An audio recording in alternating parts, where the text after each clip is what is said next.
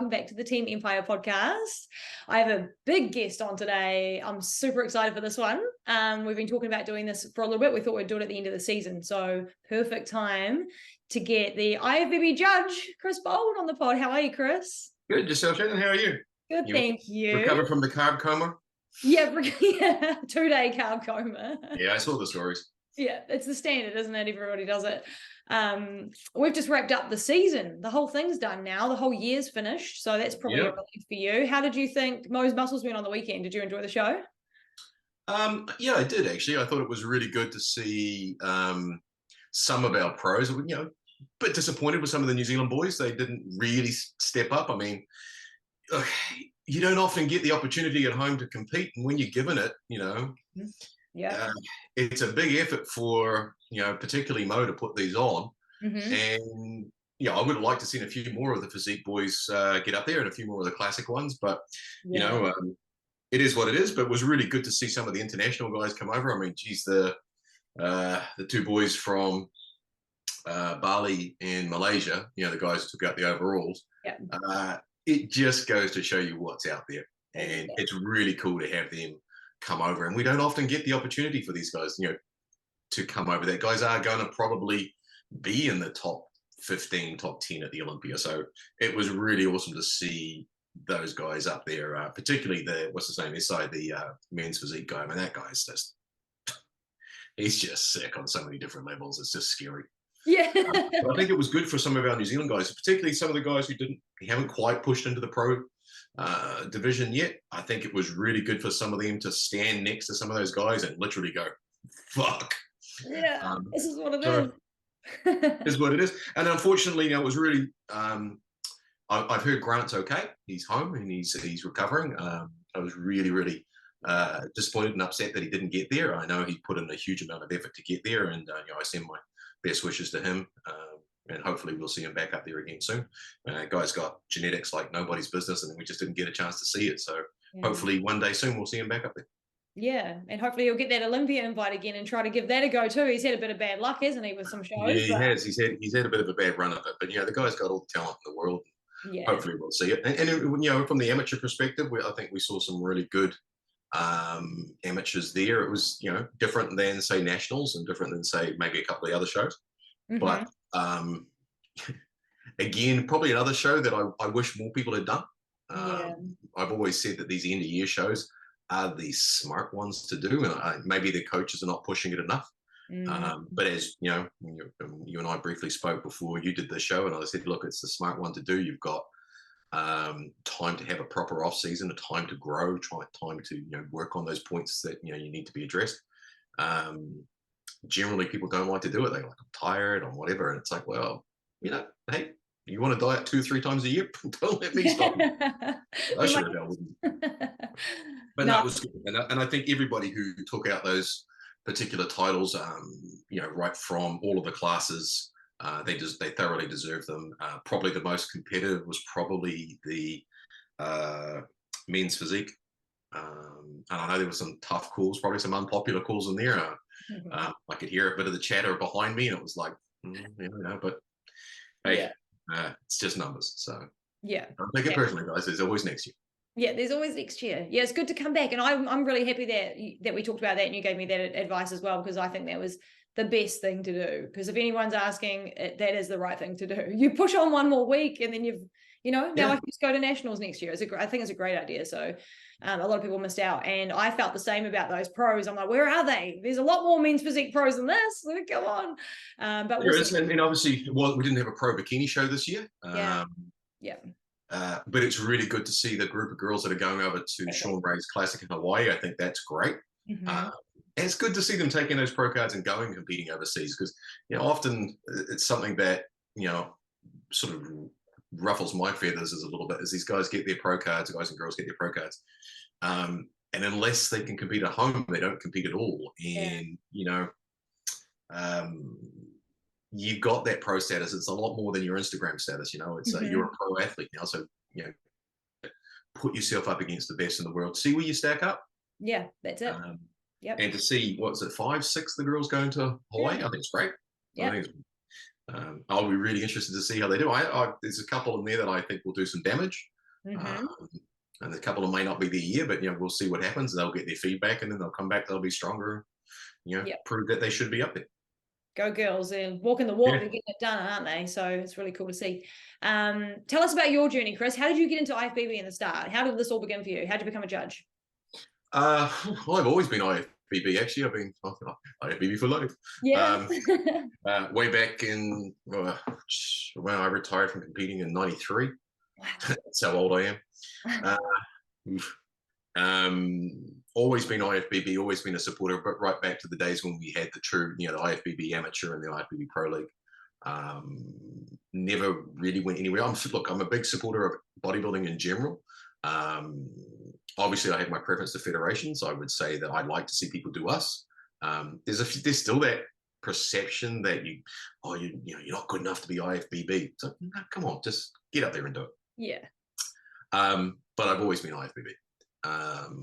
And when I moved to the US, I didn't really have any intention of getting into judging. And then I was with my background's in 5-star hotels, but I was running a Marriott in Portland, Oregon, and the president for the NPC Oregon was staying in my hotel, and they actually had a show on that weekend. And we got talking about this, that, and the other thing. And the next thing you know, I said, well, why don't you come down and judge for us? I said, I've never judged before. He said, oh, no, I'll come down and test judge. And I was a little bit paranoid because I'd gone from being an athlete to not being an athlete. Yeah. Leave it at that. True. I weighed about the same much, but it was a little bit different composition. Yeah. And then, so I test judged the Vancouver Classic in Portland. Well, it's Vancouver, Washington, which is pretty much it's kind of like Takapuna is to Auckland, really, for Portland. And then, went from there. But it was a NPC Oregon, NPC Washington, and NPC California judge from my first actual show where I judged, not a test judge, was the 2001 Oregon Lincoln City Ironman. In a small little coastal city in Oregon, in a casino. A lot of the shows in the States are done in casinos. They have epic facilities at casinos. They have, like the night before we played, we did our competition in the same venue was REO Speedwagon. So, these are, big bands from the 80s who are playing. You're like, crazy. Better facilities, obviously. Yeah. Yeah, and I've been, was NPC for almost 10 years, came home to New Zealand and walked into Mo's store and said, hey, and he said, so you're the NPC. And I was like, my best friend, one of my best friends for the last, we're getting old. Since I was 14, Joe Wahlberg had told Mo I was coming back.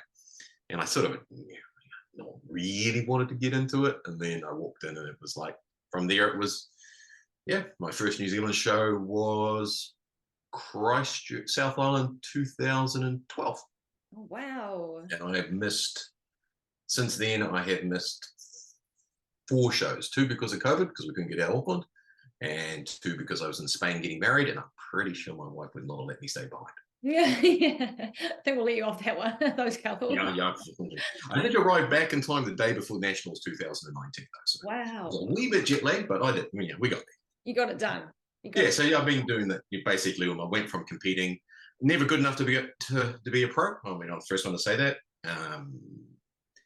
I just didn't have the drive, didn't have the passion for it, didn't have the, what do you call it? I just didn't have the commitment to the dieting and stuff. I just wasn't prepared to do what needed to be done. And back in those days, you couldn't win. Your pro cards were very, very few and far between. I mean, I think there were, in 1993, I think there were 3 worldwide.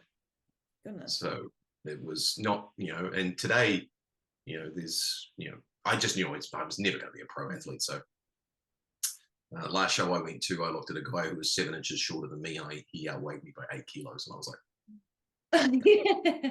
not for me. No. What division did you do? What did you do? Super heavyweight.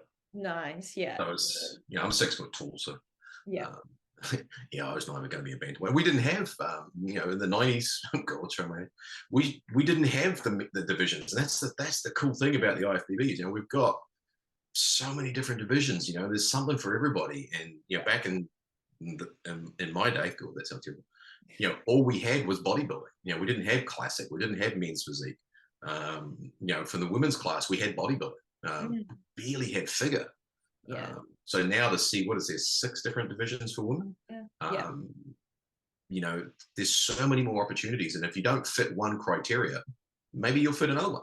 So it's awesome to have that. And a lot of that in New Zealand goes down to the work Mo's done since he took over the federation in, I think he was 2008 after the Olympia.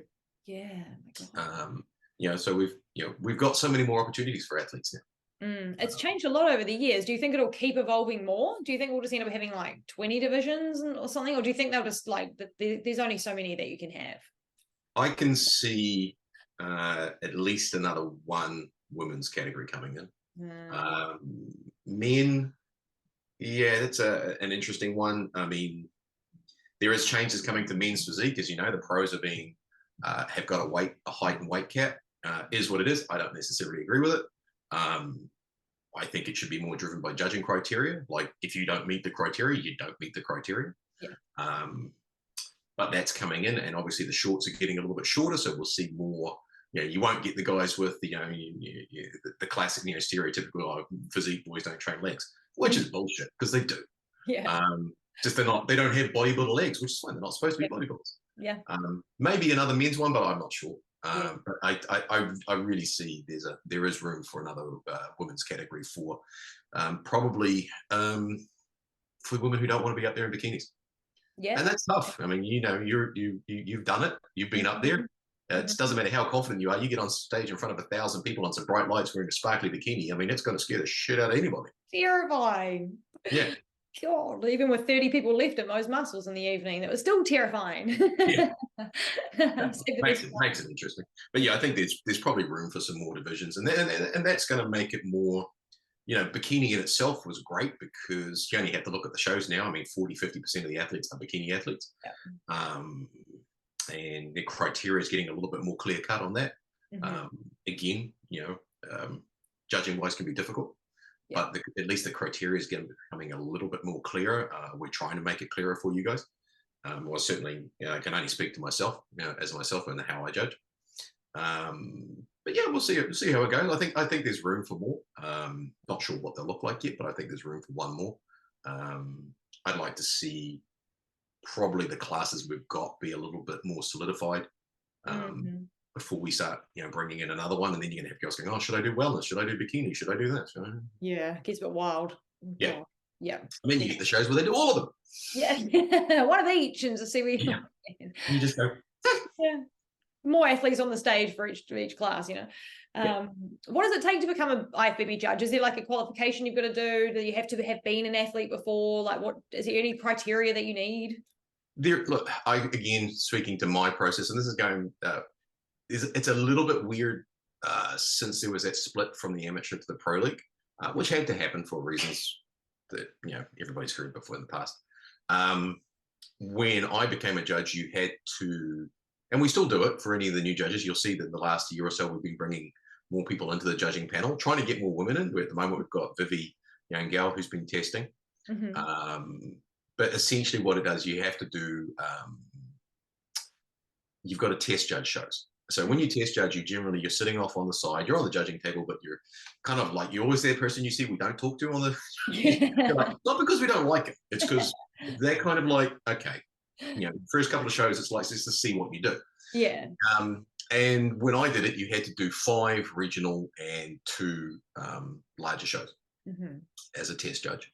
And you had to score within 95% of the head judge, which can be fucking terrifying because you're literally looking at, and if you're working with a new head judge and they're like, put them all in place, and you're just looking to go, like, what? You're looking at the same shit. What the heck? So you kind of got to understand how they're working. And then, that's the head judge's role. The head judge's role pretty much to pick the top 5. It's like boom, boom, boom. And then the judges do their thing from there. But you had to do 5 small local shows, and then a local, then a regional. That was a bit different in the US. And then once you pass that and you're within basically pretty much getting the top 5 and the same as the head judge, then you were invited to be a judge from there. And then as a pro league, it's quite a bit different again. you have to have quite a few shows under your belt before you can do pros, which is understandable. I mean, this is how these guys make their money. You've got to take it seriously. And we do, all of us judges, and again, only speaking to myself, we take this shit really seriously. My own personal opinion is, you guys have killed yourself to get up there. The very least I can do is give you a portion of my time to say, you've done your work, now let me do mine. And I want to give you that time on stage. I want to give you that opportunity to shine. I want to give you that opportunity to actually, to have really been successful at what you're doing. Sometimes it's not possible. I mean, you would have been at Nationals. You were at Nationals and we did 2 shows in one day and they were both freaking huge. Yeah. And we were motoring through it. And it is like, we did China one time, and there was 750 athletes. And I think in classic physique, there were, in one class, there was over 60. And we were just like, and Mo will tell you himself, he did the US Nationals and traveled from California to the East Coast, and he was on stage for 10 seconds. Oh my goodness. And you're done. But we want to give you that time. But once you pass the tests and you're consistent, and I know that we post the scorecards now, which I think is great. I love the it. Transparency. And if you don't like my scorecards, fucking send me a message. I'm fine. I'll tell you why I did it. Yeah. Not everybody agrees with us. No. Which was one of the reasons we did that little test thing at Nationals, just for shits and giggles, really. But it was also interesting to see how it went. But it takes hard work to get it right, and it's exhausting. It takes time. We don't do it for money. Trust me, we don't get rich out of this. Speaking for myself. But you guys put in the work, man, and we take this as seriously as you do. Your prep that you guys put into getting on stage. I can speak for myself and the guys that I work with, obviously here in New Zealand. We want you to actually have the best opportunity you can. You've done all the work and you're up there. So it takes time to become a judge, and it's not just some guy who works in from the gym. And look, everybody's a judge. I mean, Christ, some of the stuff that I see online, the comments, and when I first started judging, I had to stop reading it because it was like you literally second guessed everything you did. Yeah, true. Everything from I was blind to I was corrupt to whatever. Fortunately that's slowed down in the last several years. Yeah. But it's you deserve to have our attention. You guys have put it in, and we take it real seriously, and it's not just a case of us looking up and going, this is person. I know we make a few clangers here and there, but I've heard a few of the sound recordings from going live. This was why we don't like doing that. Oh no, yeah. Those microphones are a little bit more sensitive than we were aware. Yeah. But it's you've put in the work, so we need to put in the work. And that's just how it goes. Yeah, we appreciate each other's work, don't we? It has to be done. Yep. We can't do it without you. Okay, and vice versa. How do you guys work out the structure of the day? Like, how you have like an order of a schedule, and this year it's been a little bit like a bit of a mixture. We've had the ladies first, we've had the men first, and then at Mo's Muscles, which I competed at on the weekend, we had a bit of a structure change there. And sometimes it's quite last minute. I thought I'd just ask you as to maybe what your opinion was, so why that might happen, and should we just expect things to change maybe on the day? Show day can be unpredictable. Should we expect that? Yeah, to an extent. I mean, we do try. I generally that's me. I'll take responsibility for that. Chris. Joanna posts it, and first of all, got to take my hat off to her. That woman is a machine, and she doesn't get the kudos that she deserves, because you guys don't see her, you don't know who she is.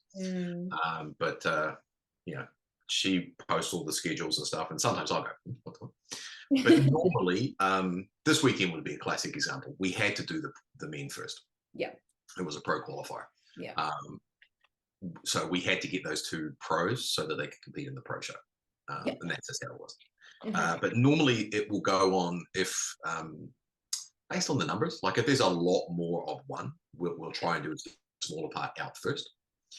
So like Hamilton, for example, the last couple where we did the men first and hang on, the other way around. We did the women first and then we did the men. There were more men than there were women. So, and sometimes the backstage, obviously we're limited in capacity. So we're like, well, okay, we don't want to mix you together and for various different reasons.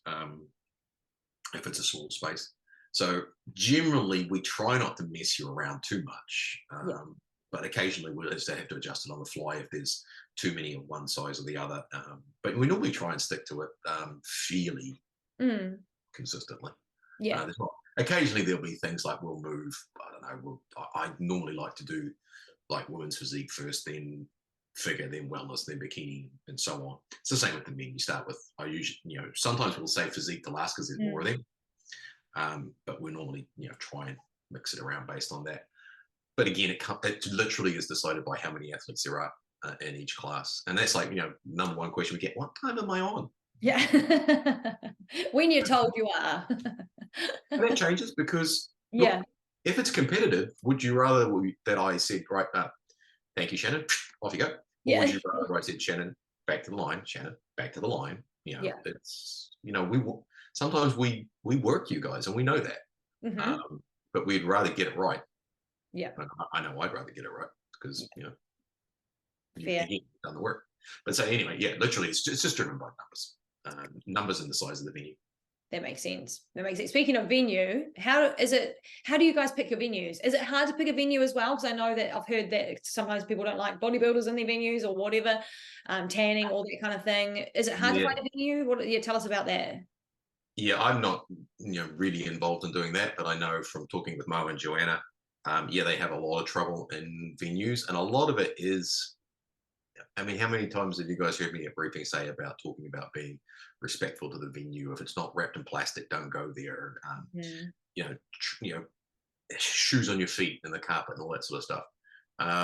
Unfortunately, sometimes bodybuilders are brain dead on show day, and they just wander off into their own little world and just do some really stupid stuff. And justifiably so. Sometimes these venues just don't want bodybuilding. It's not us, not just at IFBB. It happens to NAMO, it happens to WFF, WBFF, INBA, whatever the freaking alphabet is. There is only one though, IFBB. But sometimes that's the case. But it is also availability. And I know Joanna does a huge amount, both Joanna and Mo, but I know Joanna does a huge amount of work researching these venues, and then Mo frequently has to travel up and down to see the venues. And sometimes the ones you expect the least have the best overall thing. Like, but who would have thought Pataru would have worked out as good as that? I was like, where the hell's Pataru? Yeah, same. And those guys did an amazing job, and they didn't realize how big it was going to be. It was 250 odd athletes and 500 and almost 600 people came down to watch. And Pataru was like, they loved having us, and they were like, they were the people from the town were saying, oh, we wish you knew it was going to be as big, we would have done more around it and done stuff. So they almost wanted to turn it into the Arnold Festival. It was hilarious. We'll take it. But I know Joanna and Mo really do have to put a lot of work into finding venues, and a lot of it does, they don't want us back. Not just us, but anything like that. And some of them just charge astronomical amounts of money. It's ridiculous. And everybody says, oh, we should do it at the Civic or Sky Theatre, and we're like, how do you feel about a $500 fee per sign up? And then watch them go, no, fine. Sacred Heart's doing great. We'll stick with it. Actually, we love the venues. The venues are fine. There's nothing wrong with them, but it's just good to know as to why we pick the ones we pick, or why you guys are putting us into these ones. But they're actually fine. Everything's been great. Haven't heard any complaints from Wellington. We learned. There's some of them when we get there and go, what? Okay, that's interesting. But we learn from them, and some of them are the ones that we go back to repetitively, like Sacred Heart. First year was good. Second show was not so good. Third show they got it right. To do with like lighting and sound and all that sort of carrying on. And a lot of it is we are at the mercy of the venue. People might complain about the lighting, but then I just turn around and say, but everybody's in the same light. So what difference does it make? True. That's it. Exactly. Good point. But as I said, Joanna does he's constantly researching, finding places Oh, that fit in dates for the calendar, or that they have a date that fits for our calendar, and yeah, so on and so forth. And big job. yeah, she does an amazing job. We appreciate it. We really do. Let's talk about tanning real quick. So as a judge, what are you looking for? I know that you've got NZIFBB tan, so you get everyone can get their base tan and their stage tan done. It's included in the rego, which is lovely. We appreciate that too. But is there anything that you're looking for? So like, you know, how sometimes a face can be too light or something like that. Is there anything as a judge you're like, tanning sometimes is just off in New Zealand? Tell us about it. Give us some tips. Look, the way I look at it is, you've just spent 16 weeks dieting, right? You spent years training. Why are you going to fuck it up and go and get a 14? You know, all you're doing is screwing yourself. We look for consistency of color, right? I mean, whether you've done through the NZIFBB tanning, and the people look, I can know that most of the people that tend to not get their tan done through us are told by their coach not to. And I'm going to be frank about it. Bullshit. The color we use is the same color they use at the Olympia, and if it works for the Olympia, I think it's going to be fine. Yeah, but if you want to go get your tan done somewhere else, it's fine. Look, it's consistency of color throughout. Okay, it's a color that works in that high intense lighting. It's a color that has depth to it. You know, it's kind of like developing a film. It was like painting. If you think about anything that you paint, you put one coat on, it's like, it's passable. You put 6 coats on, it's going to have that sort of that lusciousness, and it's like polishing furniture, really. The more coats of clear gloss you put on, the better it looks. And it's the same with tan. Like, you know, there are certain tans out there that have a tendency to look a certain way. They look ashy. There's one particular brand out there that I know is used by some other people that do competition tan, and that's what happens. It goes a sort of a powdery, ashy color. And I'm sorry, but you look like shit wearing that color. And it's distracting from your body. It's distracting from your physique. And what I'm noticing first is I'm noticing your tan. I'm not noticing how great a physique you've built or how good your conditioning is. The first thing I'm looking at is going, what the did you do? Yeah, what's that? So yeah, we're looking for that depth of color, that consistency. Yeah, there's always the odd moron who tans up to here and then has the white head, or forgets that one guy at Nationals didn't tan his feet. That was fun. It was literally like, oh, God. No, it happens. Look, it does happen. And then some people, they go and they get their tan done elsewhere. And look, you want to get your tan done elsewhere, that's fine.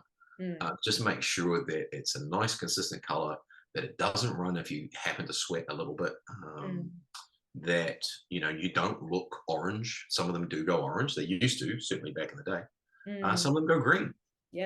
And that's literally because of the pH balance of your skin. So, you know, one of the key things you can do for tan is get a pH neutralizing soap before you get tanned and scrub the shit out of yourself. I mean, it's part of your prep. You know, again, you want to get on stage, make sure you've done all the hard work. Don't mess it up because you went and used Dove body wash or some shit, which is got bubbles, spheres in it to scrub your skin, and then it gives you like a pH balance, and you throw some Under Armour on, then go get tanned and look like freaking Incredible Hulk. It does. You know, but just make sure it's consistent. And if you're a white boy like me, start tanning on Monday. Start early. The more coats you put on, the better you will look. You know, there's a reason. When was the last time you saw a pro on stage and their tan looked like shit? It doesn't happen. And if it does happen, you're like, oh, you're like, what the? It just doesn't happen. And even if they sweat like nobody's business, the tan doesn't run. They don't look like a chocolate bar. Because the tan works.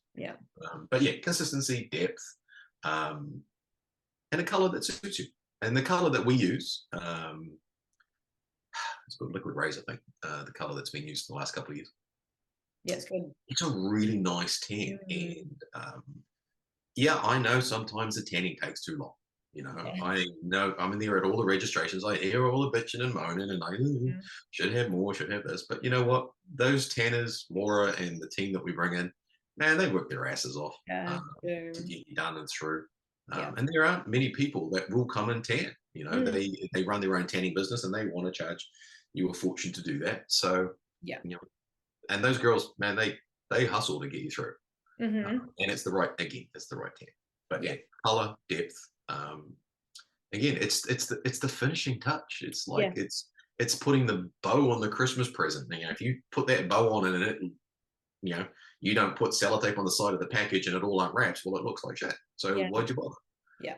You've done all the work. So yeah, do it properly. Can you get marked down for, you know how if like ladies go to the bathroom and then it might run, or sweating and stuff like that? Can you be marked down for that? You can. Yeah. Again, it's part of the whole package. Look, we're pretty understanding, and you know, when it comes to, you know, again, speaking for myself, when it comes to judging somebody, I mean, yeah, we notice it. It's like you can't miss it. If somebody's got a big streak running right down the back of their leg, you know, you are looking straight at it, and it detracts.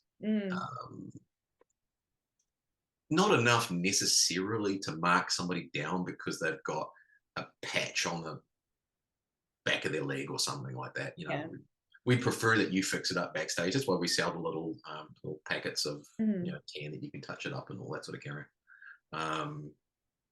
But you can be marked down if it's like, if you walk out in the rain. We're always telling people, don't go outside in the rain without being covered up, because this shit will run and you'll look like you know, a leopard. You can be marked down for it. Or, again, when you say marked down, we don't deduct points. It's not like we start with a score of 100 nibbling off. It's more, we notice that, and you know, we're looking for, at amateur level, we're looking for strengths. At pro level, we're looking for weaknesses. So when you notice something that's off, your eye instantly goes to that, and that's probably what you see before you start looking at the rest of them. And don't give us something to look at that you don't want us to look at. Just do a quick check down before you get up there, because it can affect it. It's obvious for everyone watching that they see that first. On that kind of topic, presentation for women, we'll move on to men next, but women, is there anything that we see on the stage here in New Zealand specifically, or obviously that's what we're talking about, but anything like makeup, hair and stuff like that that we see that you don't like or that you do like, or is there anything in terms of presentation for women that stands out? It's got a lot better. I can honestly say the last probably 6 or 8 years, the presentation for women has got amazingly better. I mean, it wasn't that long ago that it was massive amounts of T's here, and it was everything was so over the top, and it was just like, okay, calm down. Makeup was like stage makeup with like really over dramatic eyes, and really, just everything was just over the top. It's been dialed back a lot more, which is great. So we're seeing more attention being paid to the hair. Like, if you ever asked me for feedback, which you haven't, Shannon, by the way. Not yet, for most. The thing I hadn't noticed. When the feedback requests come through, one of the things I comment on is stage presence. And it's things like, how does that balance with everything else? Like, how's your hair looking? How's your skin tone? Tan? Condition of your skin. Is your makeup appropriate to you? The things that you use to accentuate from the jewelry and all that sort of carry on. Does it complement as opposed to detract? Like, you look at some of the pros and their hair, take the Latin girls out because their hair is just like, wow. But like, with the dead straight hair, like, is it healthy? Is it glossy? Do you look, the total package? So presentations got a lot better. But as I said, back in the probably 5-6 years ago, man, there was girls coming out with like, they look like that. They were at 80s rock videos. It was hilarious. So no, the girls present, and also there's been, I've heard stories about bikinis and stuff like that. And we are now allowing essentially pro cuts. And I keep pointing out to people, there is a very big difference between a pro cut and a G-string. They are not the same thing. And so when we do the bikinis, and we are still one of the few federations that do inspect, I mean, in New Zealand, we are really only looking at the size of the front, and the rules are online. You can see these on NPC, on News Online. We're looking at the size of the front, because I have seen some fronts of bikinis that are, I've seen tanning bikinis that are bigger. And I look at the size of the gusset, because basically we want to make sure, essentially, we don't want wardrobe malfunctions on stage.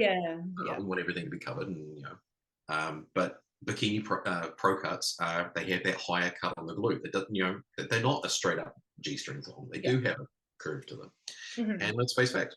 Yeah. To make your glutes look better. Yeah, definitely. But if you're not comfortable wearing one, you're not marked down for it. It's just, again, that cut, that curve in the pro cut does tend to follow the glutes, a little bit better. It does accentuate them a little bit more. But yeah, so the bikinis are getting better. I mean, the bikinis are great. Some of these girls' bikinis. I mean, I don't know, you put all they're expensive. Yeah. I mean, boys have got it easy. Rock up down to Hallenstein's and buy yourself a pair of freaking Quicksilver, and you're good to go. Come on. Stop there. What about the guys though? Do the guys look good, or is anything that do they wear the wrong trunks sometimes, or is their tans a bit average this year? What do you reckon about the guys? Let's just say they don't put as much effort in these deals. A lot of them, there is this thing. Obviously the rules are changing around. Well, they will be changing shortly around the shorts for boys. They're going to be tapered and stuff like that. Yeah. And there was a stage. Didn't happen so much this year, but maybe last year. The shorts were basically, freaking, they were damn near lycra. And it was, they were really, really tight. And then you have the other end where they go and they're too long. Yeah. Those usually the guys who have no legs. Which, why are you trying to hide it? We know. Yeah, we know. You can see it. You got no calves, you've got no legs. Yeah, that's it. But yeah, I definitely think the women put more attention into the presentation than the men. And some of the men, the boys, their shorts are not appropriate to their build. And even things like hair, it's like, it's part of it. It's a marketable package. If you're too lazy, just be like me and shave it off. Yeah, get rid of it. Yeah, thanks on hair product. Yeah. There you go, guys. A couple of things to think about this year. The girls are walking the walk there. We're ahead of the game. Does New Zealand IFBB have a relationship with Aussie IFBB?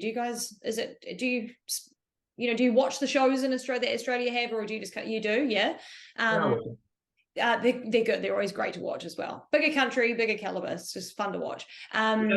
You've mentioned that a few episodes in the past and about caliber of athlete. To be fair, we're as good as they are. We are as good as they are. It's just relative. We've probably got better bikini athletes than they do. Ooh. There's been a few times over the last couple of years, Australian girls have come over expecting to take pro cards. Yeah. And not even made top 5. That's it. I've seen that. Yeah. Again, do I care where they come from? No. I don't give a fuck. If you're good enough to win, you're good enough to win. Yeah. The problem we have in New Zealand is we've got 5 million people. That's it. So, you're never going to have, with the exception of nationals recently, C-class open bikini. Yeah. Wow. That was epic. Generally, as a rule, we're not going to have as many good ones. But the Australians, they have some, but they also have a very specific build. They only have to look at all their bodybuilders, and they all have the same legs. Yeah. And they do tend to have probably a slightly harder look for the women than we do. Yeah. Again, though, and people often don't really understand this, you can't go on photos and videos. No, that's it. And it's weird. I mean, the difference is shocking. I've seen. I did the Arnold's in 2017, 16, and the stage was massive and really high too. So when we were judging, we couldn't really see all the guys on the sides. Yeah. And they had these big high definition screens right behind all the backstage of the thing. And so we were looking up and looking at the athletes that were on the side. And we were like, wow, that guy's good. And then looked at the guy that was right in front of me. And the image that was displayed on the stage, he was so much better conditioned, so much more harder and ripped. And I'm like, literally going, is that the same guy? Yeah. and that does happen. So even though I do watch them, and I watch a lot of the pro shows as well around the world, very different. And communications wise, I know Mo and Tony are friends. I keep in touch with some of the judges over there. And I do know some of the athletes just from having judged them at various shows around the world. But it's not like we're two completely separate organizations. I mean, in the past we've judged over there for them. Myself, Mo, Forward, and Bronwyn. But yeah, completely different. I mean, we do have the same rules. Yeah. And that sort of stuff. But yeah, they do them, we do us. Yeah, and they're both great to watch and be a part of. Oh, yeah, they have some, I mean, they have some freaking killer athletes. It's crazy. Yeah, I think more of like just like the juniors that come out. I'm like, how the hell is this? Like, they're crazy juniors. Like, we've got crazy juniors too, to be honest. It's been awesome this year with our juniors, but just everyone that comes out, I'm just like, this is surely open. I just can't, yeah, it just blows my mind, but it's cool to watch. And it makes us get hungry for more as well here. So, in the Aussie IFBB, they do a posing award, which you might have seen. They do it in their regionals and state shows as well as nationals. It's affiliated by a posing school, so I don't know how that works without being biased or anything, but it somehow manages to work. Is that something that we would consider here, or is that a bit of a just too much? That's an extra thing to worry about, kind of thing. Or what do you think about it? Do you think it's a good idea?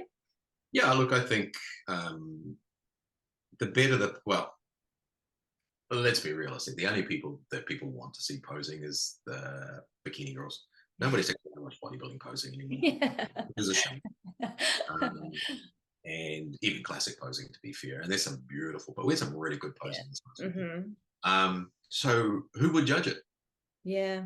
You know, I mean, the girls that are coaching bikini posing, well, there's only a handful of them in New Zealand, and they've all got clients on stage. So who's going to judge it?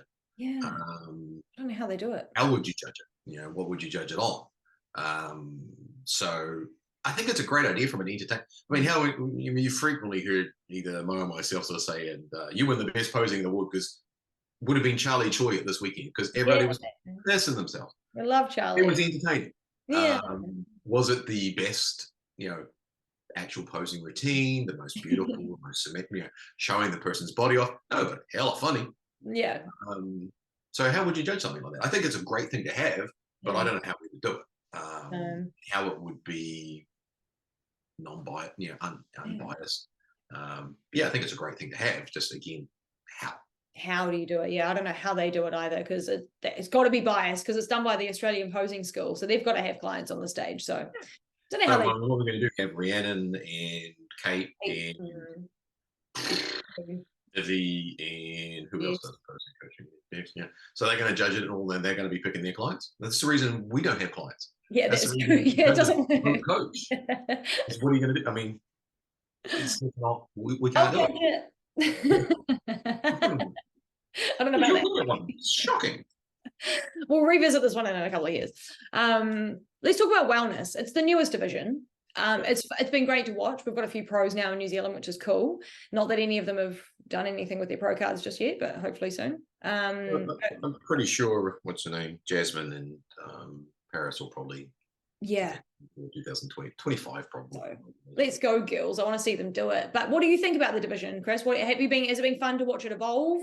Is there anything that we need to work on here in New Zealand? Do we need to come in a little bigger, a little more conditioned, or just across the board? Do you know what I mean? What do you think? All the above. I think wellness is it's still finding its feet. Yeah. Not just in New Zealand, I think internationally. I think it's kind of got a bit out of control, I think, internationally in the last year or so. I mean, like, you only have to look at the Olympia, and those girls are jacked. I mean, their upper body is just ridiculous. Crazy. So I know, there was that video recently from Tyler Mannion talking about sort of pulling the upper body size back more to the bikini class. You look at the legs on some of these pro wellness girls, and they are just ridiculous. We don't have that level of, I haven't seen that level of development in New Zealand.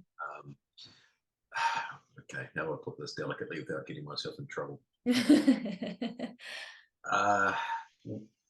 girls that have predominantly been doing wellness, their conditioning and their muscular development has not really been good enough for that class. Yeah. Yes, the class was created for girls that have the bigger legs that can't really bring them down to the bikini class. Yeah. But that doesn't just mean because you've got big legs that you should do wellness. Yeah, true. You've got to have the right shape. You've got to have the right shaped legs. You've got to have the right degree of separation. You've got to have all of those things. And it's a really, really tough class to get right. Oh, yeah. And I would say this year, I think I saw 2 that I thought met the criteria properly. But again, I can only judge on what you put in front of me. Yeah. So. Yeah, that's it. And it's probably not a shock to everybody either. I mean, they get their feedback, they know what they're working for, and it's just building into the division. So it's probably not like shocking news. Oh, you know, you're not quite ready, but we're always working towards something, aren't we? And wellness just seems a little bit trickier. It's like bodybuilding in general. It's not a sprint. It takes time. It takes years. And just because you've got bigger legs than, say, average bikini girl, doesn't necessarily mean that you should be doing wellness yet. But there's definitely some raw talent out there, and I think probably the next 2 or 3 years, I really would like to see that class come up a lot more. I'd like to see more girls do it. You know, there are some of the bikini girls out there that didn't like it when we said that maybe you should go into wellness because they like to train. Some of these bikini girls train like a freaking machine. And you know what happens when you train? You do it properly, your legs are going to grow. And if you're a bikini girl, well, that's not what we're looking for. So if you want to train like that, then maybe grow into wellness. I mean, we've been unpopular. Well, I've been unpopular with a few girls who I've said, look, you should probably do wellness. I'll take it. They don't like it. I won't name names, but you know, they have pros now. Well, there you go. You never know. They're pros in bikini, but that's because you know they started.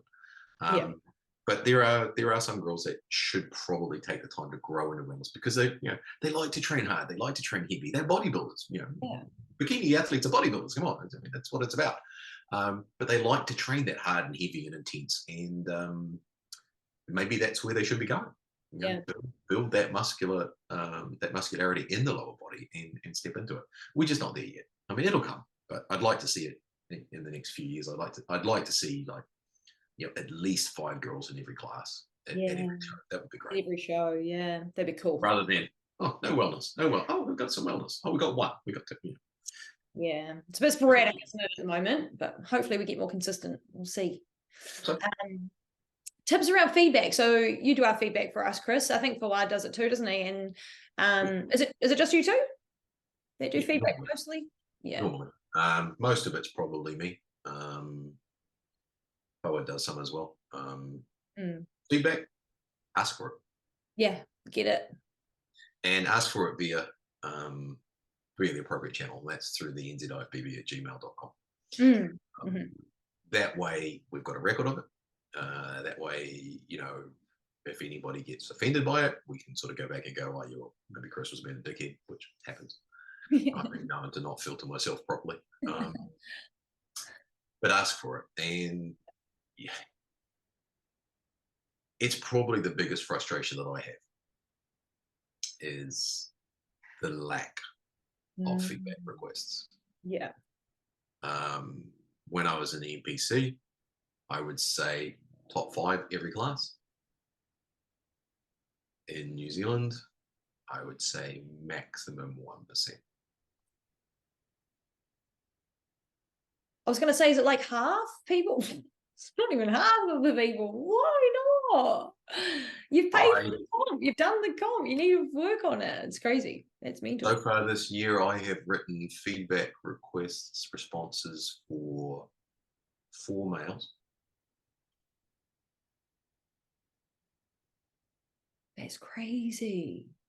Why not? It's like it's free feedback from a judge that's going to take you further in the sport. That's mental. Everyone should be getting their feedback. There should be like 2 people that miss it.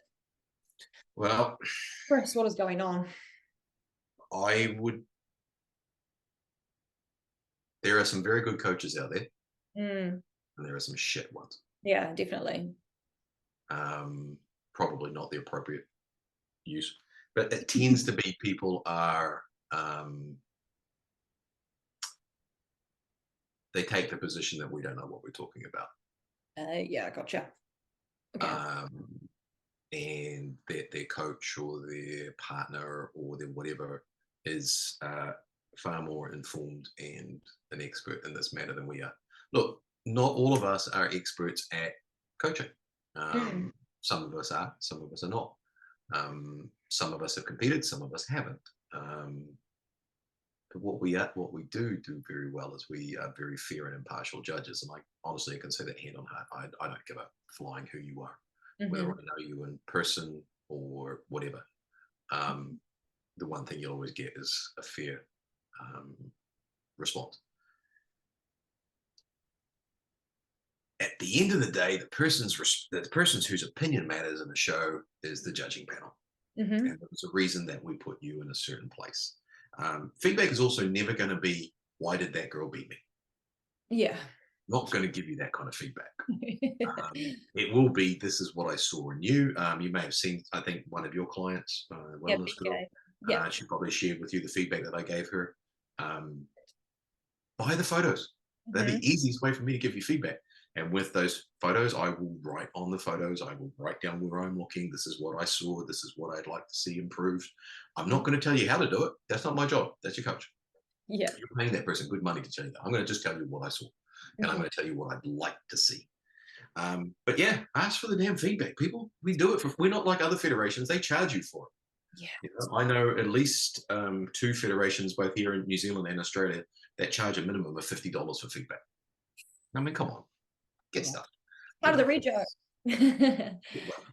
Well, kind of. But it's like, you know what? It's constructive, you know, it's good. And your feedback that you gave my client was very detailed. It was very, just from a good place of a judge. It wasn't like, oh, you look like terrible, you need to do this. It was just very constructive, helpful for the off season.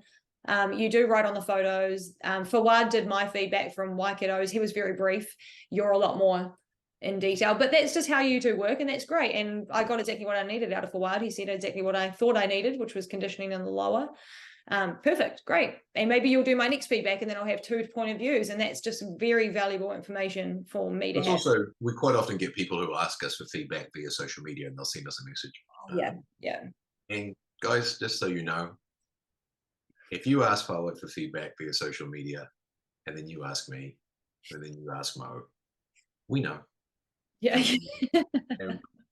And do not be surprised. The feedback's shockingly similar. Yeah. Wow. Might be a different choice of words. Yeah. But it's going to be the same. Yeah. And the reason for that is its consistency. Look, Fawad and I in particular have been judging together for almost a decade. We know what each other's thinking. We could literally not even ask each other, and we would 9 out of 10 times we will have the exact same result.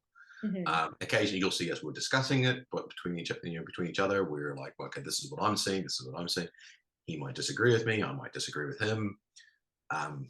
But feedback, you're always going to get the same. But we prefer that you do it through the Gmail account, because at least then it's trackable. And if you don't get it, then it's actually onto us, because they're forwarded onto us. And if we don't respond, then that's our bad, not yours. You've asked. But yeah, ask. Don't be afraid to ask. I'm not going to say, God, you look like crap, and what the thinking. I'm always going to say, look, this is good, this is bad, this is what you can do to improve here, this is what I'd like to see, and go away and do it. And then I'll see you next time. Suggestions of shows to do and stuff like that. Like that's great. You said maybe you should just push on for Mo's muscles, and I was like, perfect, I'm going to do it, and I did it, and I'm so happy that I did. So you're not going to regret asking for feedback, I don't think. No, well, you shouldn't. And the best thing too is ask for it yourself. Don't ask your coach to ask for it. Yeah. We go. Plus, sometimes Mo will say, "Look, I don't want coaches to ask for feedback," and he'll tell us not to respond to coaches. Because at the end of the day, it's your feedback. Right? What you do with it's up to you. I've seen coaches, like I distinctly remember a show not that long ago, and we were fairly blunt with a physique athlete backstage. Like, we were giving him some pose this way. This is what we're looking for. This is going to show you in a better light. And his coach right next to us told us that we were wrong. I remember looking at Mo going, Jesus, what? This guy. All right, never mind. We don't know what we're talking about. No, it's fine. You just do you, but that's cool. Crazy. That's just we're there. Look, at the end of the day, we're there to help you. Yeah. With the result, it's just math. We put the scores in. Most of the time, you've seen the scorecards. They tend to be reasonably similar. Occasionally there's, Fawad and I will disagree. Doesn't matter, it's math. Sometimes I'll have somebody second, he'll have somebody first. Very seldom will you see that one of us has somebody fifth and the other person has them first. It doesn't really happen. If it did, it'd be my fault because I entered it in wrong. I'll take bad for that one. But yeah, just ask and then share that with your coach. Yeah, that's it. That's your coach's job, is to take our feedback and then to mold it on there. And really, if a coach is looking for feedback, what they should be asking us is not why my athlete looked a certain way. They should be asking us, what are you looking for? Yeah. I've heard that time and time again from coaches saying, oh, we don't know what the judges are looking for. Well, we're not subtle with it. We do tell you. Yeah. There's a criteria. Yep. There's a criteria. And we go by it. But we judge by what's in front of us. That's it. Yeah. The criteria might be X, but if everybody, like bikini, it's a little softer, it's a little fuller. There's, it's a pretty tough class. Yeah. Because how do you be full enough but not too soft? How do you be shredded but not too hard? But the feedback's, the criteria is pretty clear. But again, sometimes you've seen shows where girls are shown up absolutely peeled, and you'll have 5 girls that are just shredded and 1 girl that's not, and it's like, well, what do you do? Make that 1 girl first and everybody else last? It's like, man, well, you got to judge what's in front of you. That's it. And that's why it's don't go on like you were talking about all the overall winners throughout the year. They were all different. All different, yeah. They're all different. None of them were the same. Probably the closest was probably Barbara and Rochelle. Yeah. They were probably the closest in conditioning and similar in muscularity. Everybody else, from Adita to Bridget to Jasmine, all of them. Yeah. Completely different. Yeah. Just bear that in mind. But yeah, feedback. Please ask for it. That's what we're here for. Yeah, you guys want to see good athletes on the stage. We all want the best from each other. It's not like, the judges are going to be hard. You guys want to see the best caliber. You want to put good athletes as pro, give them their pro card. So it's not like it's anything negative. So get your feedback, people. Email and get it done. Don't sleep on it another day. How did that survey go with nationals? So how you announced it, we just talked about it earlier, but that was great how you thought, it was kind of funny because it seemed a little bit like, well, if you think you can do a better job, then go and do it then. But it was also a really constructive exercise, I think. Did you actually get people give you their feedback? I mean, yeah, we did for the female classes, but by the time we got to the boys, we were going so fast. Yeah, and nobody was like, I don't know. It was an experiment that we wanted to try, and probably not the right platform for it, but it did work. We had near on 120 people registered to vote. Yeah. There were a few classes where you literally but again, you're dealing with popularity. You're dealing with people voting with their friends and all that sort of carry on. But it was entertaining. It was good. I mean, by and large, most people they got the top 5 right because we didn't get a choice 5. Yeah. It's definitely something we'll try again. We'll do again. But there's a couple of platforms that I'll be looking at in the off season just to see if we can get something that works a little bit better, and a little bit more. And we'll also probably have the results live, so you'll be able to see it at the venue and also online. Yeah, nice. So a couple of ones that we're looking at for that. And again, it's just a way to get the audience involved. I mean, everybody thinks they can judge, and some people can. Some people are like, oh, damn, good. But it's a good way to just get people involved and have some fun with it. And, let's face it, bodybuilding shows are not generally the most exciting thing to do unless you're in it. Yeah. So having your friends and family there who can, try and be critical and prove that the judges don't know what they're doing. It was good. It was actually, and it worked. As I said, it worked well enough for us to definitely want to try it again. We just need to get a few things right. Yeah, I love it. I think it was fun. Good thing to do. How much more work goes into planning? Like I know that obviously it's a team effort. There's a whole lot of people that go into the planning the shows, but is a pro show a lot more work and harder to plan than just a normal show that we have, like a nationals or a regional? Is it a completely different story? Yeah, Mo puts in you guys. I mean, nobody really knows how much work this man does. I mean, the guy's a machine. Him and Joanna, I mean, without those two, we wouldn't have a federation. The likes of Fawad and I, we ride on their coattails and we get a little bit of the sparkle dust. But we really don't put anywhere near in what they do. They ask, we show up, we do what we need to do. Yeah. Pro shows do take a lot of work, because one, you've got to market it to international people. Some people said with this show that we didn't give the guys enough time. Well, they had 12 weeks. That's enough time. Yeah. Should be. Yeah. So it's finding a place in the international calendar where it makes sense. It's getting that out to the athletes. Coming to New Zealand is not cheap. We complain about the cost of traveling overseas. Look, it's no better for them to come here. In some cases, it's visa related. There's all that sort of stuff. So we've got to sort of think about Mo in particular has to think about all that sort of stuff. Fortunately, he's got very good contacts globally. And obviously we do run the federation in Thailand. So, we've got that as well. But yeah, there's a huge amount of work that goes into that. And it's expensive. Yeah. It's very expensive to do, not just the venue, but the sanction fees, all that sort of carry on. And, it takes a lot more work. And hey, I don't know if you have noticed recently, but Australia hasn't done a pro show since 2017, 18. Why? Is it because it's that hard? It's just a lot harder to do and a lot more expensive to do? More than cost. I mean, I know that there was the Arnolds, and before that they had the FedEx and stuff like that. But I can only imagine it's literally because of the cost. Yeah. But Mo does make an effort to put pro shows on for you guys, Yeah. So yeah, they are difficult. And same with pro qualifiers.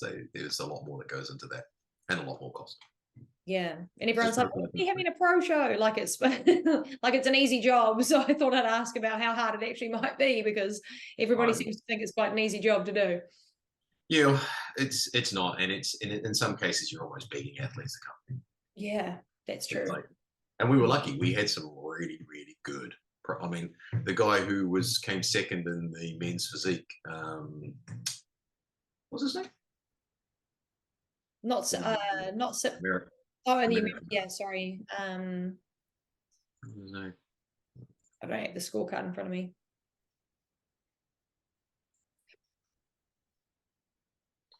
No, that's the pro. He doesn't go slow. Ali. Ali Nazar from the US. He came second in the USA Nationals. For him to come. He did the Thailand Pro-Am and walked out on stage. Done. Wow. Even guys like G and Ash coming back from Dubai. But the international guys, those guys to come here is for Motive. He has to reach out to these guys individually. It takes a lot of effort for that to happen. It doesn't just people don't just look at New Zealand and go, "Oh, go compete there." They literally, Where is that? No, and they looked great. They were so good backstage. It was so cool to be backstage with all these pros and these international pros, and they look incredible. They're like chiseled like gods. And I was like, oh my goodness, all of us girls were freaking out with having to go after those guys. But it was cool, and it's cool that you do it. So thank you to you and Mo and the whole team. I know that Mo's the one that runs that sort of end of the whole thing and gets it done. So thank you for doing that. We love it. It's so cool. What do you all expect of our pros when someone becomes a pro? What would you like to see, just in a general sense? Do you want them to obviously compete in their pro shows and represent New Zealand, but do you want them to be in the community? Do you want them to be, anything else that you expect of our pros that maybe they're not doing enough of, or maybe you'd just like to see more of? Yeah, I would like to see them. I personally would like to see the pros more actively involved in growing the sport. I'd like to see them. Look, being a pro doesn't mean changing your Instagram status to when you walk off stage to say you're an IFBB pro. So you can charge an extra $20 an hour for your personal training. Yeah, that might be a bit harsh, and I apologize to anybody for taking offense by that. You've earned your pro card. Okay? You guys have done the work. You're elite level. But I really would like to see them be more actively involved outside of trying to generate coaching business. Yeah. Up at the venues, help with breaking down. I mean, if you stick around and back, after the show and watch, it's the judging panel that's tearing down the plastic. It's the judging panel that's breaking down the banners. We're there. I mean, I'm generally there like from, Mo's there the night before setting up because I'm doing registrations. And then, we're there breaking it down every night. We're ripping the tape off the toilet seats. Yeah. I don't see pros doing that.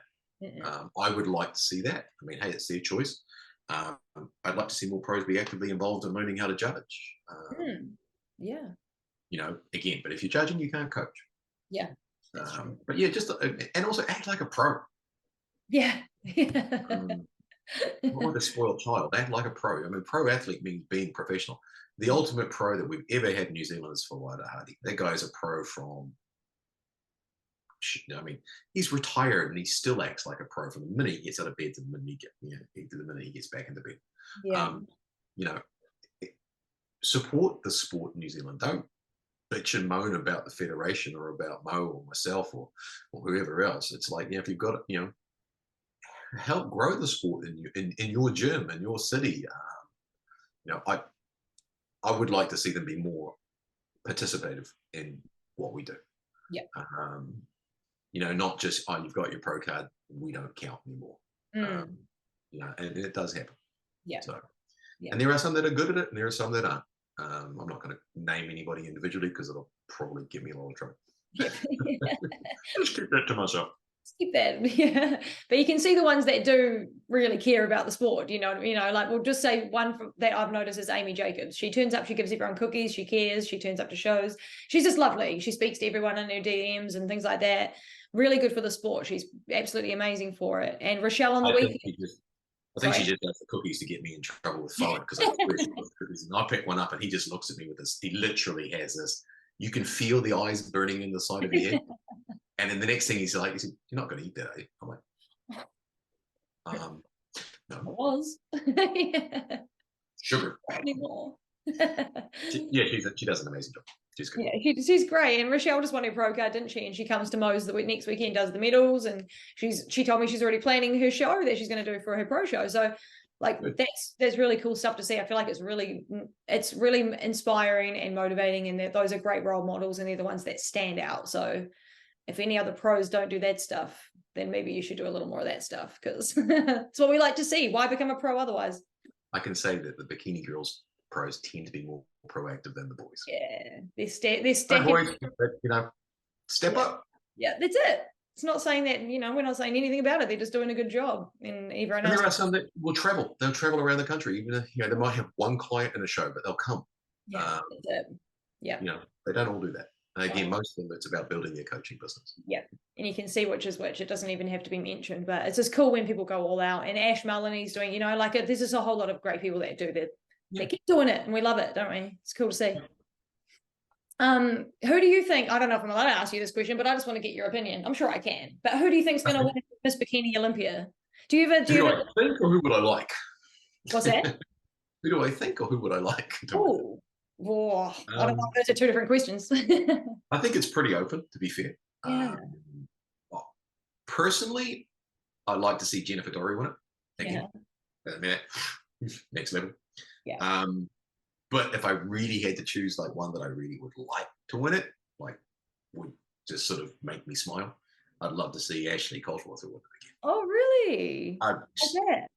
She's just an awesome athlete, and come on, she's the most winning pro in history. Yeah. I don't think she will. She's competed in New Zealand. Yep. She won the New Zealand Pro in, I want to say 2014. Jeez. Now, Mo stitched me on that one. Why? How did you do that?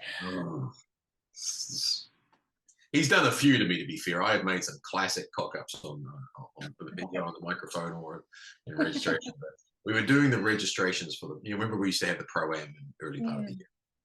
So the Pro-Am was generally before the Arnold Classic. So the guys came over. So I think we had Jose Raymond there that year as well. And anyway, so I'm sitting there doing all my registration. Shoes, bikini, right? Anyway, so this girl sits down in front of me and she's got like no makeup on, got a baseball cap on, hair in a ponytail. And she's like, "Oh, yeah, I'm here to register for for bikini, and I was like, oh, no, I looked at her, I thought, so shit, you don't look like bikini girl, you look like figure this, pro level. Yeah. And I'm looking at her while I'm checking this person in, and I'm looking at her, and I'm going, shit, you look familiar. Was Ash. And then it wasn't until I looked up, and all I could see was Mo and one of the other pros, I can't remember her name, that was competing at that time, quite a high level one. Oh, and what's her name? Linda Palatino was there. Oh, yeah. And they're pissing themselves laughing in the background. And I'm like, what I miss? What's going on? And then I looked down and I went, fuck. I was like, I'm going to kill you, man. He does a few things like that to me. He just likes to keep me on my toes. So usually he'll whisper something in my ear while I'm saying something on the microphone. And I've now learned to shut mouth while ear is open, because I've done a few things where I've opened mouth at the same time as ear is open and literally repeated what he said. No. Waikato, a couple of years ago, classic example. Anybody was there will remember. Ladies, turn around, face the back, and take your medals off. 8 girls at the same time, bend over and touch their ankles facing the wrong way. So, fuck. But yeah, no, Ashley is. I've always been a big fan of Ashley. As I said, the winning is pony. My, we went to Olympia in 2015, and we met so many of them, and like Janet Leigh, I've always been a huge fan. Yeah. And gonna get in trouble now. Forgot her name. King, Seabone's fiance. Oh yeah, I've forgotten too now. Oh gosh, we're both gonna get in trouble. Gee, we met her at the meet and greet of the Olympia. Nobody even said hello to her. This was a year before she won the Olympia. And she was over there by herself, and she's just like way too nice. She was just awesome. But yeah, Ashley would be one. But I reckon it's either going to be. I think it's between Laura Lee and Jennifer. Yeah. This year's Olympia. Yeah. We'll see. I'd like to. I think probably Laura Lee, to be fair. Yeah. But we'll see. I mean, I can't even tell you who's going to win the Mr. Olympia this year. They've all changed, haven't they? So we'll see. Oh, it's the Open Olympia is scary. All classes are scary. I mean, figures. That's right off. We know who's going to win that. Nobody's touching her. Yeah. Unless she retires. Probably the same with classic. Nobody's touching Seabold. No. Unless he's injured or doesn't show up. Yeah. Women's physique, probably same defending champion, probably take it out again. Mm-hmm. Open bodybuilding, that's a crapshoot. Again, that's going to come down to condition. And any of that top 5 could conceivably take it out. I mean, you only have to see the results that we've seen amongst the pro cards recently. That could, the pro shows, it could go any way. A lot of it will just depend on how they show up. Yeah. So and that was just the good thing about the Olympia. The days when you're like, who's going to come second? It's nice to actually have that more now as more competition. So yeah, but anyway, I'd say between Laura Lee and Jennifer. But I'm going to be cheering for Ashley. Yeah, it'll be cool to watch. I'm excited to watch that, and it'll be a good little battle. Can you share any plans for next year's season? I'm going to try to pick your brains on this. I know everyone wants to know everything before they get a chance to, but do you think maybe just some general things? Do you think the calendar will look sort of the same as it did this year, or do we have any other ideas on how it might go, or can you tell us anything, or is it all? No comment. I think doing the two. I'm not sure if there'll be the early shows this year were disappointing. So maybe having the 2 seasons, it's I don't know. Mo's sort of hinted at some things, but I'd like to see another couple of natural shows. I'd like to see a South Island Naturals and a North Island Naturals and a Nationals, even if we do Nationals on the same day. But I'd like to see that pushed a little bit more. But no, Mo will put that up probably just before Christmas normally. But yeah, he has not shared that information with me at this time. No, and it's pretty soon. The season's only just done. I mean, give us a minute, but it's just always good. Everyone always is impatient, that. They're always, when's the calendar? And they always want to know. And but we'll likely still have all the same standards, Tournament of Champs, Body of Steel, all the same shows, right? Just maybe a slightly different structure and dates. I would expect probably less shows in Auckland this year. Oh, okay. If that would be my gut instinct. Again, that's just me. I don't know. Mo does what Mo does. But I would expect there would probably be at least one less show in Auckland. I mean, you only have to look at what we had. The Auckland champs, Body of Steel. I mean, the turnout was very disappointing. It wasn't until Christchurch that we hit our straps. Yeah, that's it. Christchurch has been epic. I remember I was in my first show I ever judged with Christchurch, and we had 18 athletes. 12 of them came from Auckland. Oh my God. We were like, why do we do a show in Christchurch? Oh, we do, yeah. Now it's one of the biggest shows. Now look at it, yeah. Wellington was good this year. Waikato, of course, was good. Nationals was epic. Yeah. So probably towards the end of the year there'll be something. But it may not say exactly where. Yeah. But it will probably, the dates will be reasonably locked in. Nice. Cool. We'll keep it up. 4 shows. I think we've also got a Thailand calendar to do as well. So. Oh yeah, nice. Of course, yeah. So lots of dates to come out. Keep working, everyone. Like you just keep working towards it. Don't just stop and then wait till the calendar. Like some people. Don't worry, there won't be any in February. You'll be fine. You can have Christmas off. But do your damn off season, people. We've got feedback to work on. What annoys you as a judge that our competitors do? And you also MC and you're trying to get everyone together and sort all the farm out because it's crazy. But is there something that we do, like, people don't listen sometimes? Maybe that could be a big one. I know that happens quite often. People are still backstage, number 38, and they're putting their things together. Is there anything like that just simple little things that we could do better as athletes on the day and competitors on the day? This is a small thing, but it's like know your number. Okay, yeah, that's a good one though. Yeah, that's actually and also put your number in the right place. Yeah, where is the right place? Bo and I are only so good, we can only see so far. And when we're looking there, we're going, and if we can't see your number and we have to take too long to figure out who you are, we're not going to call you. So when I tell you at registration, put this on your left, put it on your, particularly the bikini girls, put it where your connector connects into the fabric, not on the side of the hip because I can't see. But know your number and listen for your number. I know some of the venues, the sound, there hasn't been a monitor facing the stage, and we know that's frustrating. You guys can't hear us.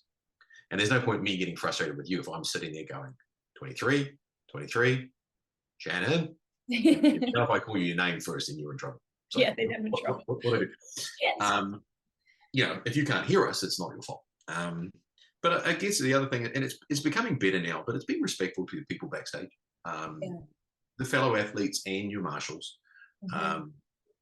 Classic example was on stage at Mo's Muscle.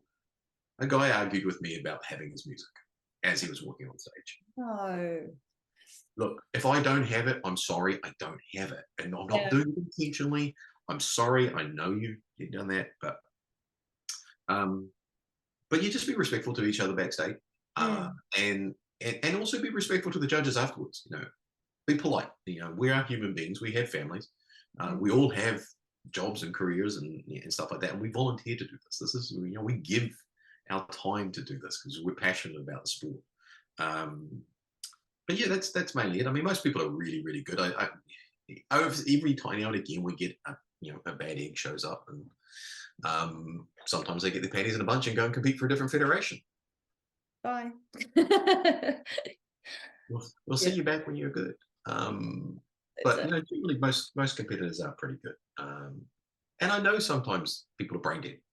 You're running on nothing. You're at the most unhealthy point you can be. Emotions are high. You're tired. You're hungry. You're grumpy. You're thirsty. All of those things. We know that. So we try and work with you as good as we can. But know your number. That's the key thing. And then smile. More of that. So that's nothing really annoys me, as I said. I mean, I used to get really annoyed when I'd read feedback later on after the shows. I mean, I've had times when people have had conversations with me, and I won't repeat some of them, but I've literally had people accuse the judging panel of all sorts of stuff, and then and not actually know that they're talking to one of the judges. Oh no, that was a brilliant one. I'll tell you that one probably one day. Please. But it happens, But just be respectful. Enjoy your time. Be respectful. Make friends backstage. You're all in the same boat. And trust me, nothing you do backstage is going to change or contribute to the judging results. Just enjoy the experience, you know. Fun. But yeah, know your numbers. Turn the right way. Yeah, turn the right way. Listen to when you're turning around, and oh yeah, all of those things. Just listen. I mean, and again, sometimes we know that sometimes the venues don't have monitors that face you. We've been talking about maybe playing our own sound system and just traveling with it, just so that we can make sure it's consistent. That's cool. And if you have a complaint, not happy about something, send us an email. Cool. You know, so we can respond. We don't peruse everybody's social media channel. I put it right out here now. I don't follow any athlete on social media in the last 5 years. Shannon, I don't even follow you. No, I know you don't, but you follow my podcast page, which I will appreciate. My position with that is I don't want to know what you're doing. No, I don't and know that's what you fair. look like. I just want to see what you put on stage in front of me, and then I can make an opinion. I don't want to have, geez, I saw a picture of you last week and you were on. What happened? I don't want that. I want to judge what's in front of me. But yeah, just have fun, be respectful. Remember your number. Yeah, it's a sport. You're competing in a sport. It's not a bloody glamorous competition. So and it's a subjective sport. So pay attention. You're on the stage to do a job, so that's when you should be on. You should be listening for your number anyway, because you want to be called out. You want to be moved. You want to be, So stay on, everybody, when you're on the stage. Any tips for like first time? Because I know you see it all the time. You see all the first timers, and you see people that have done it for years, still nervous. Any sort of like tips or whatever for first timers that just go up and you can see they're just shaking and terrified, and it's not it's not as scary. It doesn't need to be as scary as what it is, but it's terrifying. It doesn't need to be as scary as it is. And look, it is. You are going to be nervous standing up in front of several hundred people in next to nothing. It's a very intimate position that you guys have put yourselves in. But everybody's in the same position. Nobody's different. Everybody's in the same. But for first timers, it's just remember, look, you've done all the work. By the time you get there, nothing you do backstage is going to fuck it up. Yeah. I mean, anybody who knows anything about how the human body works is the reality of getting upset because you're a half an hour late, your class is half an hour late getting on stage, and then blaming the judging for that because you missed your carb window. Oh, I know. Everyone's in the same boat too, aren't they? It's just, And it's like, if you missed your carb window by half an hour, I'm sorry. You weren't ready. Even when you see people get harder or softer throughout the day, it's not because of what they've done backstage in the last 2 hours, it's what they did last night. But yeah, for first timers, it's like, look, do your best to relax. Do your best to take in the atmosphere backstage. Ask questions. Watch how other people are. Unfortunately, people backstage now are a lot friendlier. I mean, a few years ago, man, it was like gladiators backstage. It was like, testosterone levels come down, please, children. Come on. But it's got a lot better. But yeah, if you're our first time, that's what we have, the first timers class. Yeah. Don't put yourself under any pressure. You're already there. You've done the work.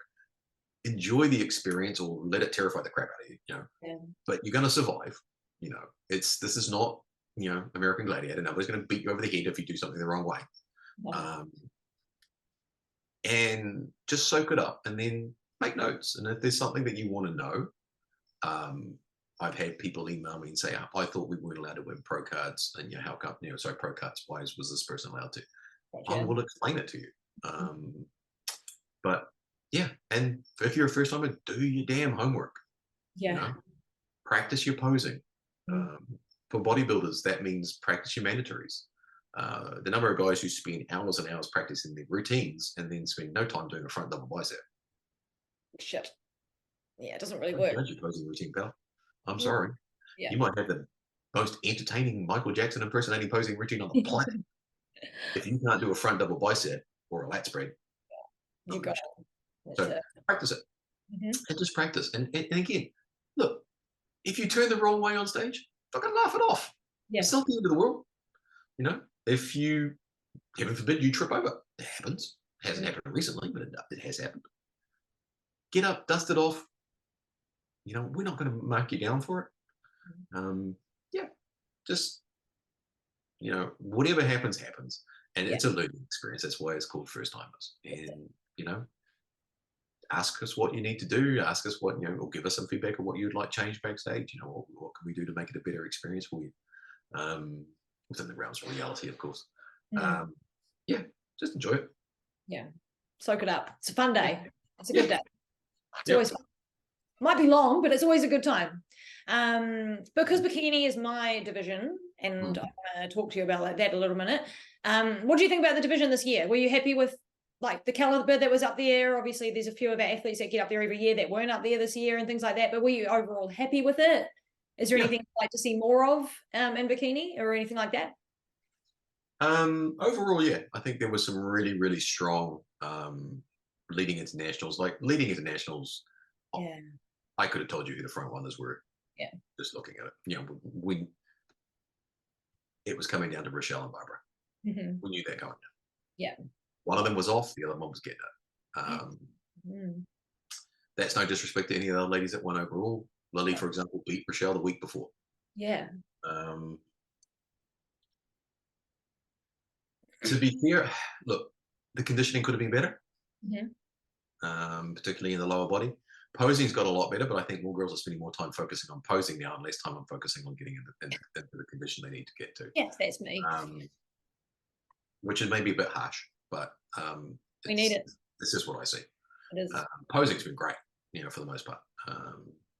And also it's becoming more individualized, which I really like, because recently, in the past, I would tell you who your posing coach is by looking at you, because you pose like your coach. Yeah. Now, the posing coaches are getting better. They are actually, they're listening to us. And we're saying, you know, your client has to pose to the best for your client, not the way you pose. Yeah. You pose the way you pose. Don't try and emulate a pro, because that pro has a certain style to them. Like, I mean, not everybody does the whole hair flick as they walk into the back of stage now. And that was Ashley's thing. She started that. And then everybody's like, and then the little shoulder little thing, and then the hip little swirl. I'm saying, fortunately, the slapping of the ass has stopped. That was the thing. No, thank goodness that's not still in there. We marked that down. Yeah. I was like, but yeah, probably a little bit more time on conditioning and a little less time on posing. Okay, cool. That's good to know. That's my personal observation. Yeah, yeah.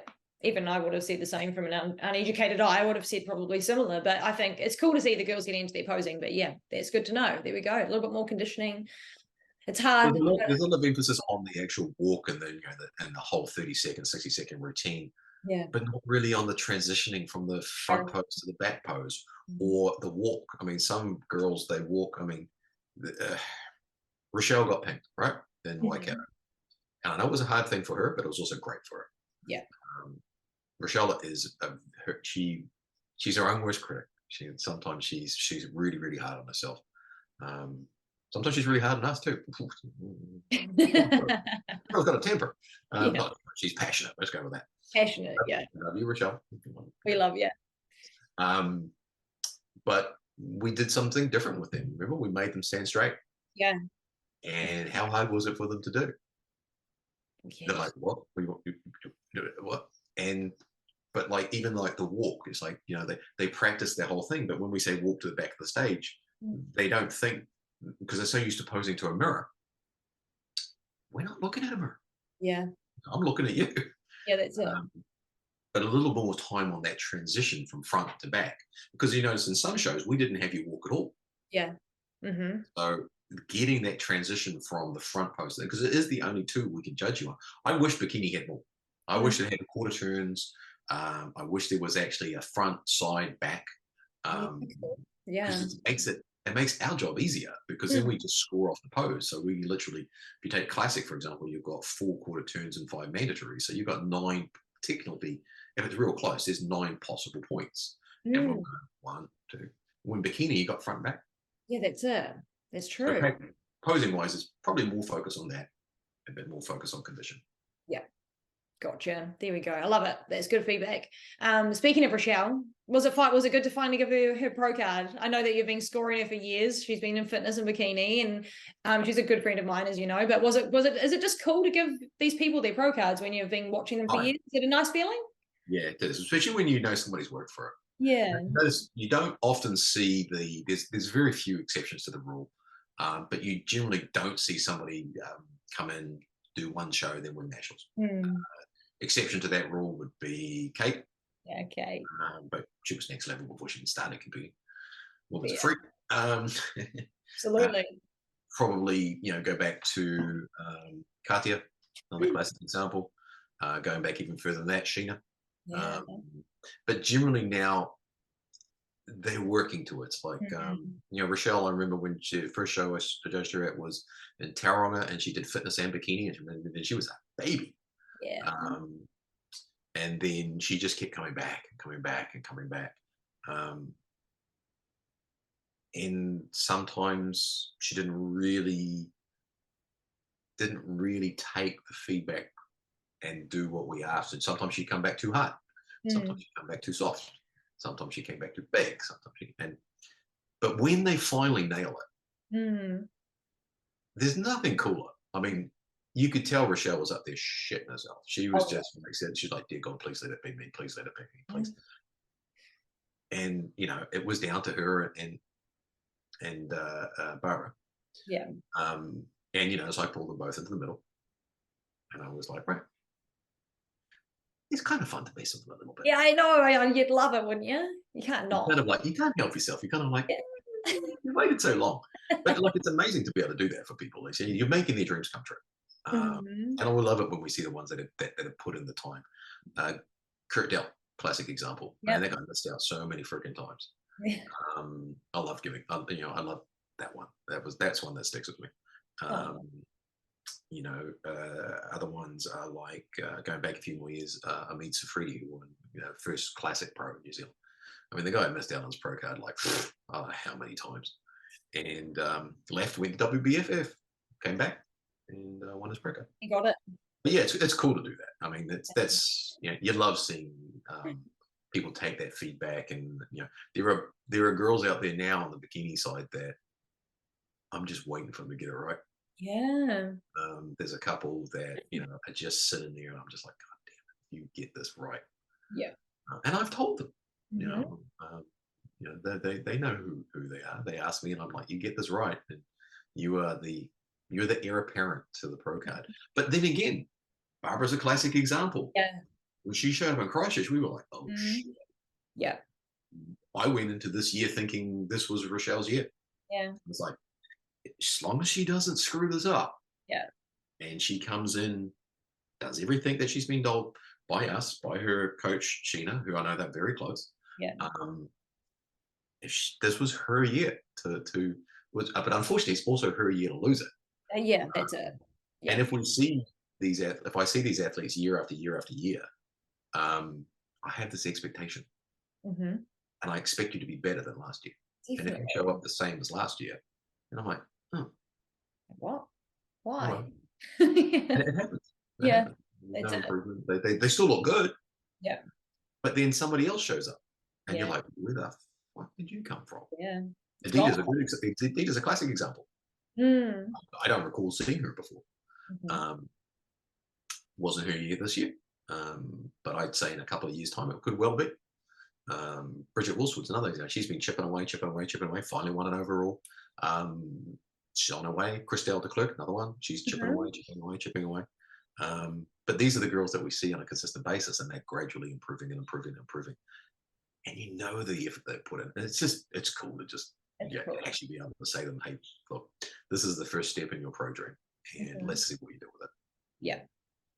But yeah, there's girls out there that just Jamie, another example. Jamie Bloomfield. There's a few out there that it's Barbara, obviously. Yeah. But it's going to be fun. Next couple of years should be interesting. Every time we think we've run out of top level pros, suddenly these other girls show up and you're like, where'd you come from? I love it. It's good that the amateur league is competitive, and they have fans and people follow them, and they want to see all these amateurs go pro, and it's really gives a little bit more life to. But it's cool to do. It's really cool to just be able to say, look, hey, you've earned this. This is the first step. Yeah. And it's also hard because I've had to tell Rochelle a couple of times she's not getting it. Yeah. Yeah. And I see the effect it has on her, and she's lovely. She's an amazing young woman, and when you know that you're just cracking that dream a little bit, and you're just breaking your heart. It fucking sucks. Yeah. But You somebody's got to win. And Yeah. then Rochelle's case, she took that kick in the teeth a week earlier, and she went away and she made the few little 5% tweaks that we said. One of them was posing, which she never expected to hear. Got her conditioning right, and walked out and headed out of the park, and 100% deserved it. And I'm really, really happy for her. Aww. And did she really look that different between 2 weeks? Obviously she had to because she won. But did she walk out and you were like, okay, yeah, there's changes? Or was it quite obvious to you? She walked out, we were like, done. Wow. I love that. She was also the last one out. Yeah, true. But we also knew, even just looking at that class C and open bikini for nationals, I was like, man, if you make top 10, you did well. Yeah. I mean, any of those ladies out there and I know some were disappointed. You know what? But of course. Just making top 10 in that was great. Making top 5. I mean, there were girls who won overall that didn't make top 5. Groups of the year. So, but yeah, it's cool to do that. And she deserved it. Yeah, she and so did, obviously Ben, who won the classic. He's been chipping away for years. Yeah. That was really good. And then you have other examples like Casey at this weekend's show, who I don't know Casey well personally. I've had a little bit of interaction with him, but I know he probably did not take that very well. No. And it probably hurt. And all I can say to Casey is, I hope it did. And I hope you come back and prove us wrong. Yeah. It'll happen when it's right to happen, Yeah. It will. You've got to grow into the pro league. You can't just be a pro. You've got to be a pro inside too, What's the point of being a pro if you can't beat people? Yeah, that's it. Yeah. You'll get there when it's ready, and that's what our judges are for. You guys can say when we look like a pro, then we get the pro card. That's just how it works. You gotta love the pain. It's the bitter and the sweet. It's great to be able to make that dream, and it really does hurt to be able to kick somebody in the teeth when they but again, a sign of being a pro is being able to look at the guy next to you and go,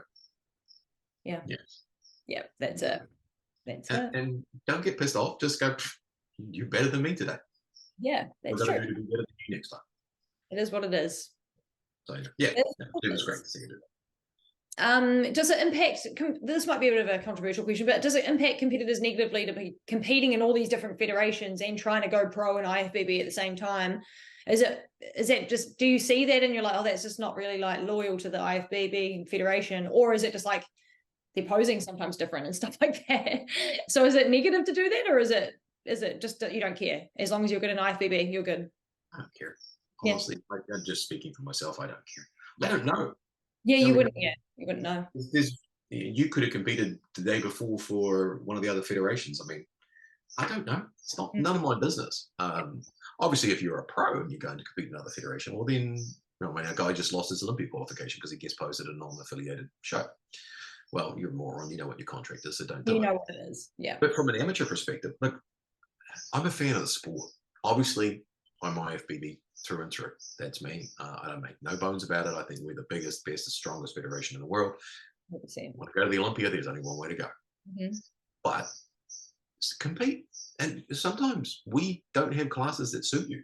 There are certain classes in other federations that are more appropriate to your physique. And I would rather that you actually competed on what felt right for you, rather than trying to push yourself into a category that's just not you. But do I care? Yeah. Couldn't give a flying. And to be honest, as I said, I don't follow them for that reason. And make a difference. No, just get on our stage and look good, and that's that. And also, there's that thing that people say, "Oh, I'm going to do such and such a federation." I don't want to speak bad of them because a lot of these federations do a good job. Yeah, particularly some of the natural ones, they do a good job. So I'm not talking ill of them, but there's this perception that in order to do IFBB, you've got to be, you got to be Mr. Olympia, and that's not true. We've got some elite level athletes, but you know what? It doesn't mean you don't belong there. Yeah, that's it. And there's people say, "Oh, I'm going to do such and such for a couple of years, and then when I'm better, or more competitive, then I'll come across and do IFBB. It's like, well, it doesn't make any difference. If you start off in IFBB, at least you'll know what we're looking for.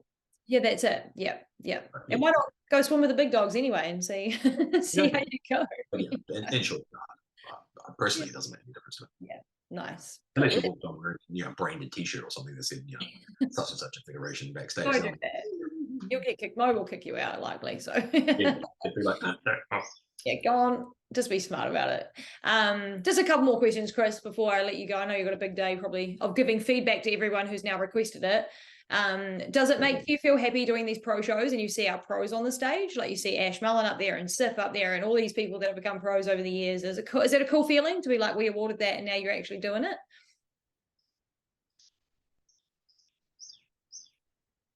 It makes me, if they're going to do it, show up and show. True. Yeah. Okay. Gotcha. Yep.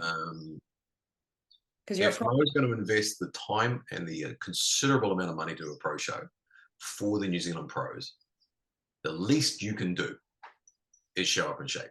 Yeah. We've had instances where they haven't. And it's incredibly disappointing. What does make me feel good is when I see any of these pros go overseas and foot it with other international pros, like seeing the girls going off to Hawaii and doing that show there, Ash going over to Dubai, variously, and obviously if they qualify for the Olympia, seeing them get on stage for the Olympia, whether or not they place in the top 10 or not, it doesn't freaking matter. But yeah, when they step on an international show, that I love seeing the fact that they put their money where their mouth is, rather than how Mo put on a pro show and keep saying, he should do this and he should do that, and then he puts on a pro show and then you don't show up in shape. Yeah, that's just rude. Yeah, that is rude. So, great. And then complain that some international guy comes over and cleans your clock. It's like, well, look at him. Look at it. Look at them both. They were crazy. Yeah, fair. That's a fair call. I'm with you on that one. That makes sense. In the last show, they all look good. All the New Zealand boys look good. Yeah, of course. Yeah. They were competitive. Nobody was like, nobody was embarrassed themselves. No, but it's a little awakening to what the next level really is. And our girls, our bikini girls in Hawaii, they're competing against Amy Delgado and some Olympian bikinis. So that's really walking the walk is what they're doing, is actually committing to that whole thing. So that's really cool. Yeah, and it's great to see them do that, and it's an investment on their part in their career, and also to want to compete against. I mean, otherwise they're going to compete against the same girls they were competing as amateurs. Yeah, that's it. Yeah, so they do have that opportunity to go overseas and compete. I think it's great. I love seeing them when they go over there. To be fair, sometimes I don't know what they're doing, and then I'll see it come up on something to do with the IFBB Pro League or NPC online. I'll be yeah, that's great. I think it's great. I mean, we have people that are competitive. I mean, that they do hold their own. I mean, shit, we've had girls that have won pro shows overseas. Katia, Sheena. I think they're the only two that won pro shows overseas. We've had physique guys that have done really well overseas. We've had even going back as forward doing Pittsburgh Pro. He was competing against the top 5 of the Olympia that year. I remember going to see him forward compete at the Olympia, and man, that guy, he held his own. Yeah, great physique. Mateo making top 10 at the Olympia. Yeah, Mateo, all these guys, it's great to see them do it. I mean, I love seeing them do that. Yeah, and just to be up there and hold their own against some of the top guys in the world, like when Steve did the Arnolds a couple of years ago, and up against the likes of Rolly Winkler and Dexter Jackson and Darren Onakar was in that show as well, but that was Kevin Lavroni's retirement show. It's just great to see them get up there and say, hey, look at me, I deserve to be here. And that's what being a pro is about. It is. Yeah, go and be a pro, get it done. What do you judges do during the off season? I suppose you're planning the next season. What do you do with your time? Well, most of us go back and run our businesses. Actually do your career. Yeah. Me, I go back and apologize profusely to my wife. Oh no! I could not do what I do without her. My wife she's incredibly supportive of what I do. It takes a lot of time. Each of these shows take 2 or 3 days. That's out, not taking up feedback. That's between registrations, traveling, all that sort of time. If I do an international show, I'm gone for a week. She's really, really supportive. She gives me all the time. Does give me a few strange looks when she looks over, and she'll post this on social media if you follow her. And usually it's a video feedback of some girl in a bikini. Oh, yeah, I've seen that. Not turn around. I don't know about this until she posts it. Yeah.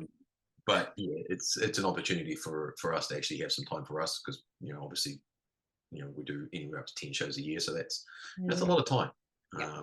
But yeah, I'm really, really grateful for Valerie and letting me have the time to do this. Yeah.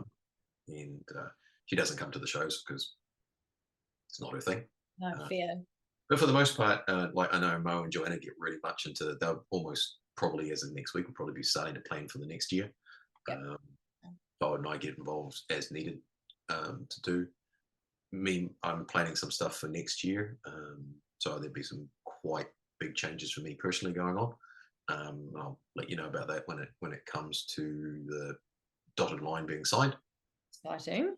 Yeah, it's time for it to change things around a little bit. Probably ruffle a few feathers, but that's all right. I'm used to doing that. But yeah, for the most part, it's really just sort of like there's a lot of recharging. I mean, it does take a lot of time.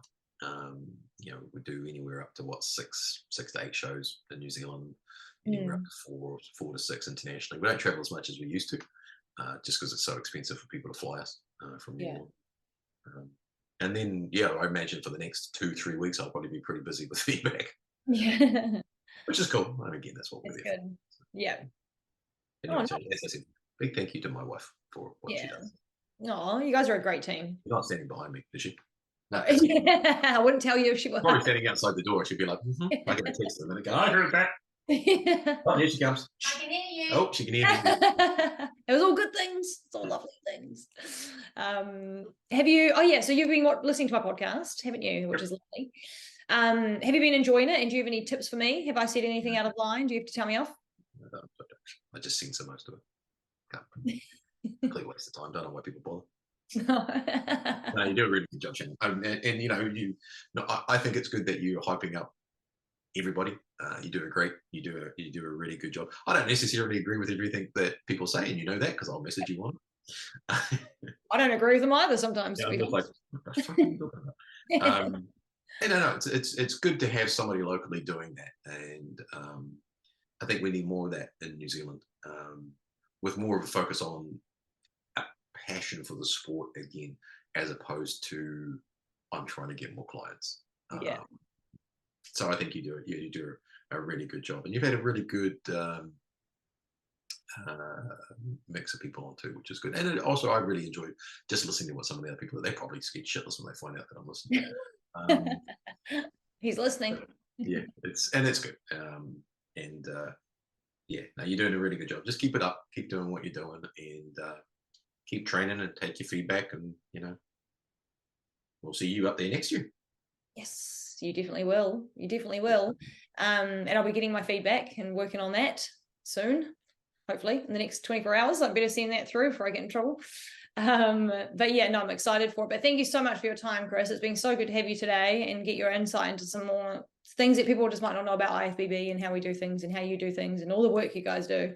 It's really cool. We all appreciate it. And even if people are a little bit, they don't say it enough, they don't tell you enough, that we always appreciate all the work you guys do, because it's, especially nationals, man, that's a big day for you guys, and you're there all day judging. You want to keep it fair.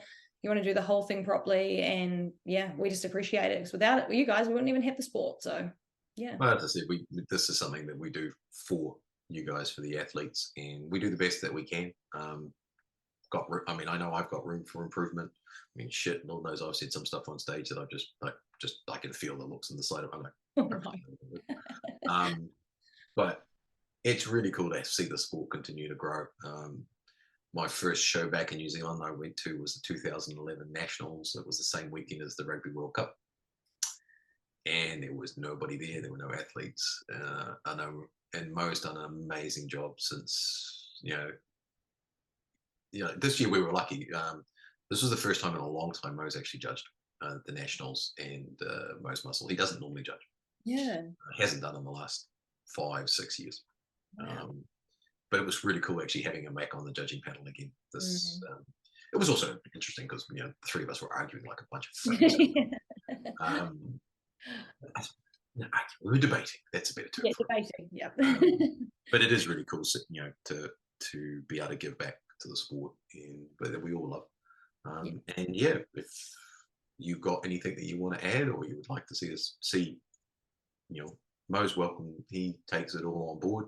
And if there's anything that I can do that you can help anybody, I mean, that's what we're here for. If you see us at the gyms, ask us questions. Normally wait till we put the dumbbells down. There's a few people out there that are just like, you're like, really? Yeah, let them in a second.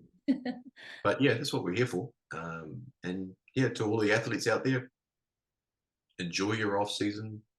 Work on what, you know, we've said that you need to do, what your coaches said you need to do, what you've seen in your own photos. And then come back next year bigger, better, stronger, better conditioning, and enjoy the process. Yeah, I love it. We'll see you at the shows. Sounds good. Thanks so much, Chris, for your time. I appreciate it so much. Maybe we'll get you on next year. Who knows? We'll see what the year brings. Yeah, I'm always around. Love it. Thank you so much. I appreciate your time. We'll speak soon. All right, you're welcome. See you soon.